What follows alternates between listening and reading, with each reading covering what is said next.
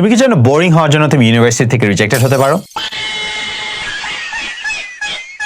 No, it's not a joke, it's true. তোমার interesting হতে হবে। ইউনিভার্সিটি অ্যাডমিশনের জন্য, স্পেশালি ইউএস বা কানাডার জন্য, যাবে সব জায়গার জন্যই তোমার দুইটা জিনিস পারতে হবে। একটা হচ্ছে ইন্টারেস্টিং হিউম্যান টেস্টে পাস করা এবং ইন্টেলেকচুয়াল হিউম্যান টেস্টে পাস করা। সো ইন্টারেস্টিং হিউম্যান টেস্ট মানে তুমি ডিনার টেবিলে ইন্টারেস্টিং নাকি। এই অ্যাডমিশন অফিসার ইমাজিন করবে তোমাকে ডিনার টেবিলে ইনভাইট করলে তুমি কি তোমার কাজ বা লাইফ নিয়ে ইন্টারেস্টিং জিনিসপাতি কমিউনিকেট করতে পারবা নাকি, বা তোমার লাইফের স্টোরিটাতে কি ইন্টারেস্টিং প্রজেক্ট করা হয়েছে নাকি। এখন ইন্টারেস্টিং মানে না তোমার শাহরুখ খানের মতো দার্জি ডিস্কো করতে হবে। ইন্টারেস্টিং মানে তুমি অ্যাকচুয়ালি প্রজেক্ট করেছো বা কাজ করেছো যেটা একটু ইউনিক, একটু চিন্তা আছে এটার মধ্যে, এবং তুমি কমিউনিকেট করতে পারো সেটার ব্যাপারে। এই কমিউনিকেশনটাতে ম্যাক্সিমাম বাংলাদেশি স্টুডেন্টরা ভালো করে না। আমাদের সেই রাইটিং অ্যাবিলিটিটা নাই বা স্পোকেন অ্যাবিলিটিটা নাই আমাদের কাজকে কমিউনিকেট করা, বোথ প্রফেশনালি এবং ইন্টারেস্টিং নেচারে। এবং secondly the intellectual human test. এটা মানে তোমার কি অ্যাকচুয়ালি ইন্টেলেকচুয়ালিটি আছে নাকি, তুমি কি বই পড়তে পছন্দ করো নাকি, তোমার কি জীবন নিয়ে একটা দর্শন, ফিলসফি, ইচ্ছা, অ্যাম্বিশন আছে নাকি। এই দুইটা জিনিস প্রমাণ না করলে অ্যাডমিশন অফিসাররা শুধু ভালো পড়াশোনার জন্য মানুষকে প্রেফার করে না। ইনফ্যাক্ট এই দুইটা জিনিস প্রমাণ করা প্লাস